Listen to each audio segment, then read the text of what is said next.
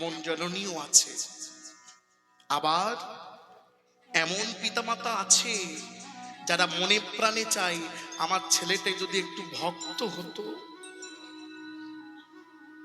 এমন পিতামাতাও আছে, কিন্তু ছেলে বড় হয়ে গেলে তখন তো পোড়া মাটি কি আর সোজা করা যায়?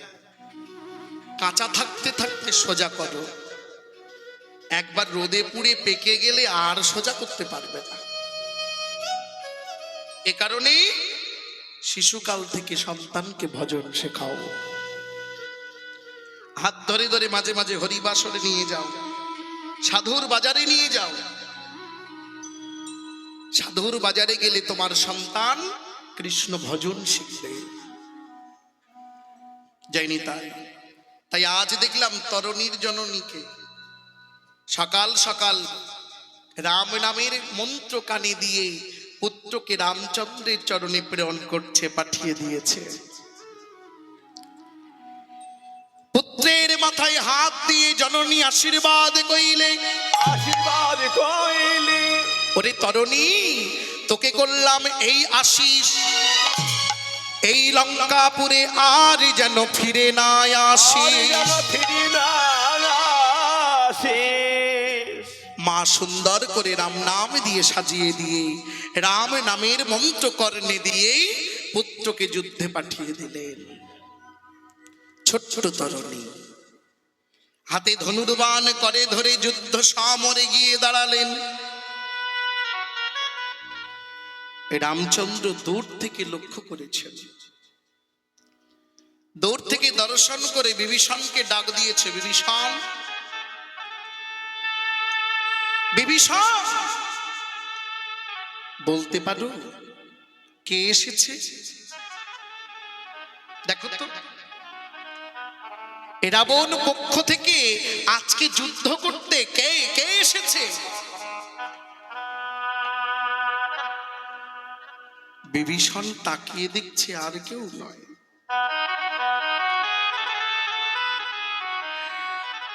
বিভীষণ তাকিয়ে দেখছে আর কেউ নয়, তার একমাত্র পুত্র ছোট্ট তরুণী এসে দাঁড়িয়েছে।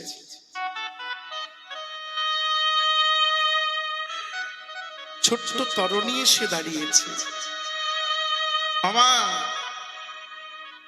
নিজের পুত্রকে দর্শন করে বিভীষণের পিতৃত্বের হৃদয়খানি টলে উঠেছে। যতই হোক পিতা তো, পিতার প্রাণ টলে উঠেছে। মনে মনে চিন্তা করছে, যদি প্রভুকে বলে দিই আমার পুত্র, লক্ষ্য করুন মায়ের এই জায়গাটা, যদি প্রভুকে বলে দিই আমার পুত্র, তবে রামচন্দ্র ভগবান আর যুদ্ধ করবে না। আর রামচন্দ্র ভগবান যদি যুদ্ধ না করে, তবে আমার ছেলেটি এই রাক্ষস কোল থেকে জীবনে উদ্ধার পাবে না। কই গো বিভীষণ, চুপ করে গেলে যে, বলো কেউ? আচ্ছা, রাবণ রাজার কি মাথা খারাপ হয়ে গেছে? তার কুলে কি বীর যোদ্ধা সকলেই শেষ হয়ে গেছে? যুদ্ধ সমরে একটি নিতান্ত বালককে পাঠিয়েছে? ছি ছি ছি।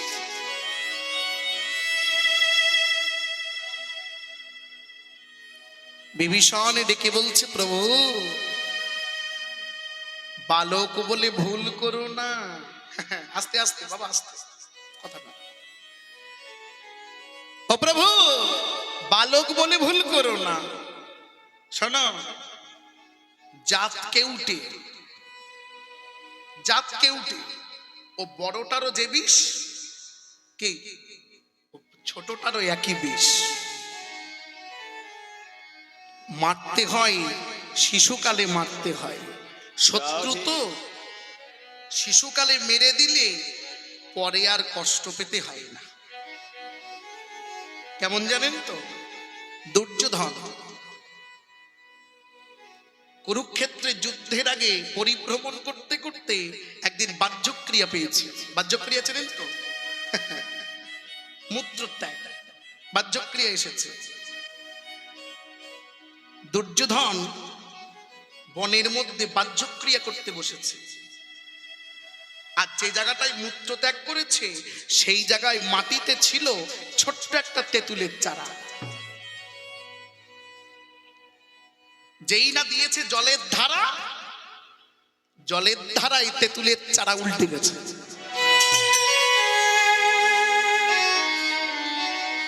আর এই দেখেই দুর্যোধন অট্টহাসি হেসে উঠেছে। হাসতে হাসতে রাজমহলে ফিরে, হস্তিনাপুরে ফিরে রাজ পরিকরদের সামনে অট্টহাসি হাসছে। রাজ পরিকরগণ জিজ্ঞাসা করছে, যুবরাজ কি হয়েছে, আপনি এমন করে হাসছেন কেন? দুর্যোধন ডেকে বলছে, শোনো শোনো, এই যে মন্ত্রিসভার সবাই, আজ আমার সঙ্গে একটা ঘটনা ঘটেছে, কারণটা আমি বলবো, মানেটা তোমরা বলবে, দেখি কার মাথায় বুদ্ধি আছে। ঘটনাটা জানাবো, তবে আমি হাসছি কেন, মানেটা যে বলতে পারবে এই সমগ্র যুদ্ধ আমি তার বুদ্ধিতে করব। তা কি ঘটনা? দুর্যোধন ডেকে বলছে, শোনো, বনের মধ্যে আমার বাহ্যক্রিয়া এসেছিল। যখন বাহ্যক্রিয়ায় বনের মধ্যে বসেছি, আমার মূত্রের জলের ধারায় তেঁতুলের চারা উল্টে গেছে। তেঁতুলের চারা ছোট্ট, জলের ধারায় উঠে গেছে। তা বলো আমি কেন হাসছি, এবার তোমরা বলবে। সবাই মুখ চাবাচাবি করছে, এখানে কি বলবো? মূত্রের ধারায় চারা উল্টে গেছে, এখানে বলার কি আছে? এক ব্যক্তি কালো চাদর মুড়ি দিয়ে এসে দাঁড়িয়েছে, আমি জানি, তুমি জানো, বলো। আপনি হাসছেন এই কারণে, সম্মুখে কুরুক্ষেত্রের যুদ্ধ, আপনার জলের ধারায় তেঁতুলের চারা উল্টে গেছে, উঠে গেছে। আপনি মনে মনে ভেবেছেন তেঁতুলের চারা ছোট, চারা ছোট, তাই জলের ধারায় তোলা যায়। ওই তেঁতুল গাছটা যদি বড় হতো, রাধে কাটতে কটা কুঠার লাগতো আর কত লোক লাগতো। তাহলে শত্রু ছোট থাকতে তাকে উৎপাটিত করলে বড় হলে তো শক্তি প্রয়োগ করা লাগে, ছোট থেকে তাকে তুলে ফেলতে হয়, শক্তি লাগে না, মূত্রের জলে উঠে যাবে।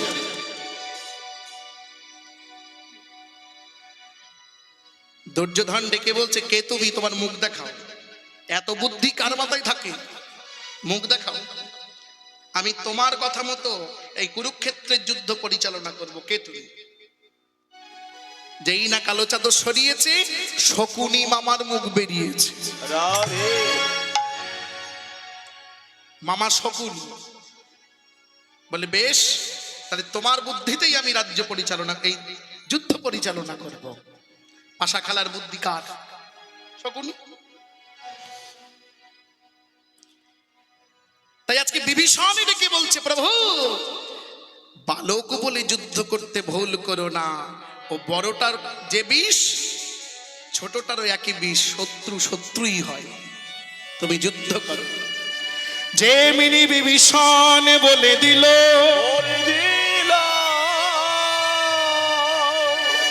রামচন্দ্র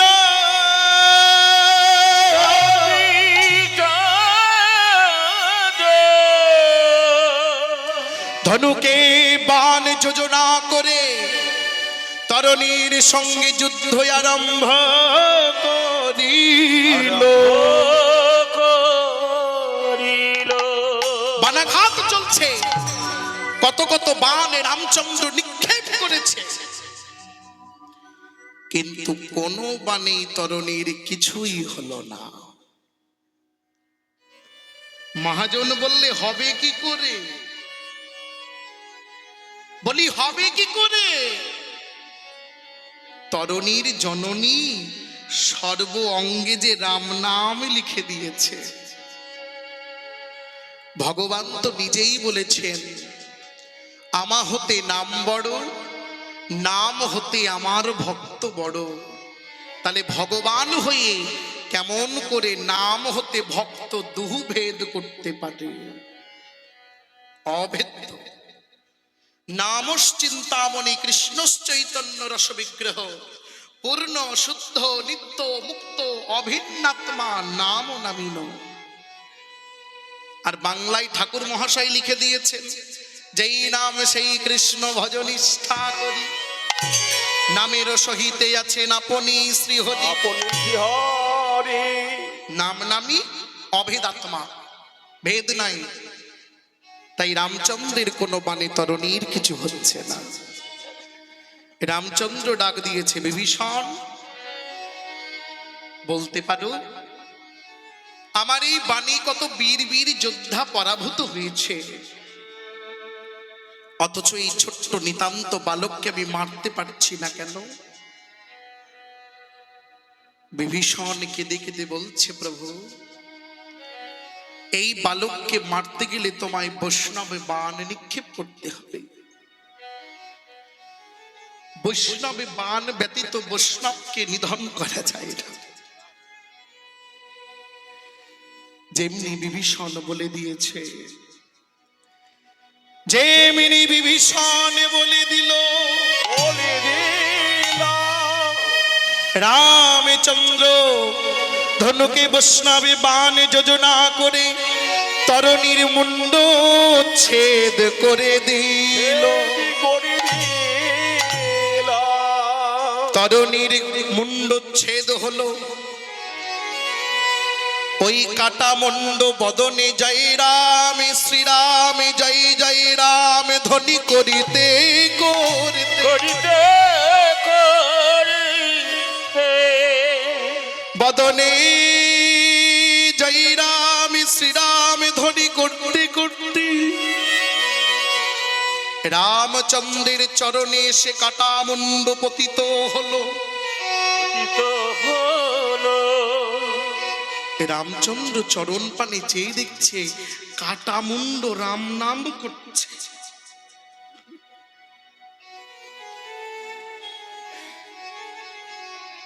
হাত থেকে ধনুর্বাণ পড়ে গেল।